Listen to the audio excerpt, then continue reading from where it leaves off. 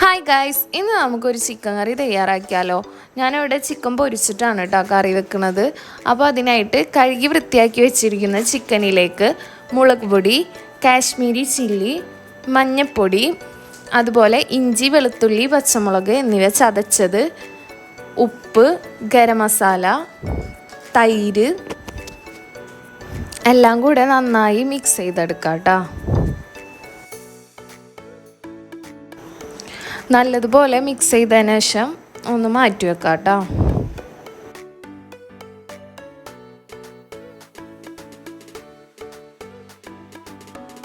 അത് മാറ്റി വെച്ചതിന് ശേഷം ചട്ടി ചൂടായി വരുമ്പോൾ അതിലേക്ക് കുറച്ച് വെളിച്ചെണ്ണ ഒഴിക്കുക.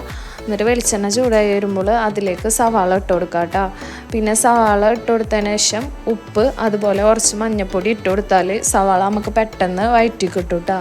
അപ്പോൾ സവാള നല്ലപോലെ വഴറ്റിയെടുക്കുക. അപ്പോൾ സവാള ഒന്ന് വഴറ്റി കിട്ടുന്ന ആ ടൈം കൊണ്ട് നമുക്ക് ചിക്കൻ ഒന്ന് ഫ്രൈ ആക്കി എടുക്കാം കേട്ടോ. അപ്പോൾ നേരത്തെ നമ്മൾ കായം പറ്റി വെച്ചിരുന്ന ചിക്കൻ വെളിച്ചെണ്ണയിലേക്ക് ഇട്ട് കൊടുത്തിട്ട് നല്ലപോലെ ഫ്രൈ ആക്കി എടുക്കാം കേട്ടോ.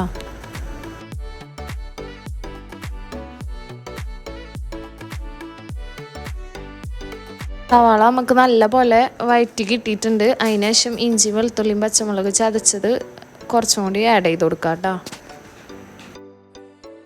ഇത് പിന്നെ ഉമ്മ സ്പെഷ്യൽ ചിക്കൻ കറി ആട്ടോ. അതിനുശേഷം നമുക്കിനി തക്കാളി ചേർത്ത് കൊടുക്കാം കേട്ടോ. എന്നിട്ട് എല്ലാം കൂടി നന്നായി ഒന്ന് ഇളക്കി യോജിപ്പിക്കുക. പിന്നെ ചിക്കൻ ഫ്രൈ ആക്കുന്നതിൽ നമ്മൾ സ്പൈസസ് ഒക്കെ ചേർത്തുണ്ടല്ലോ. അപ്പോൾ ഇനി ഈ മസാലയിൽ കുറച്ച് ചേർത്താൽ മതി കേട്ടോ. അപ്പോൾ അതിന് നമ്മൾ സ്പൈസസ് ഒക്കെ ഒന്ന് വറുത്തെടുക്കുന്നുണ്ട് കേട്ടോ.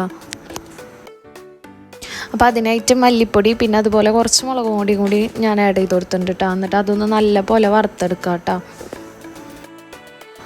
ഈ ചിക്കൻ കറി നമുക്ക് നെയ്ച്ചോറിൻ്റെ ഒപ്പം, അതുപോലെ തന്നെ ചോറിൻ്റെ ഒപ്പം, ചപ്പാത്തിയുടെ ഒപ്പം, പത്തിരിയുടെ ഒപ്പം, പത്തിരിയും തേങ്ങാപ്പാലും ചിക്കൻ കറിയില്ലേ, നല്ലൊരു കോമ്പിനേഷനല്ലേ.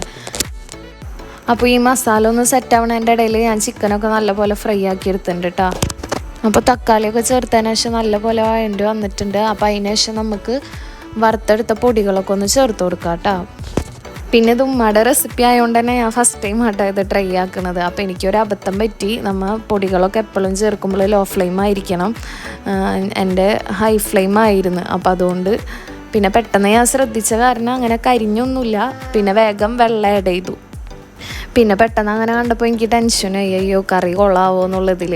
അപ്പോൾ അതുകൊണ്ട് എനിക്ക് വെള്ളം ആഡ് ചെയ്യുന്ന ക്ലിപ്സ് ഒന്നും എടുക്കാൻ പറ്റിയില്ല.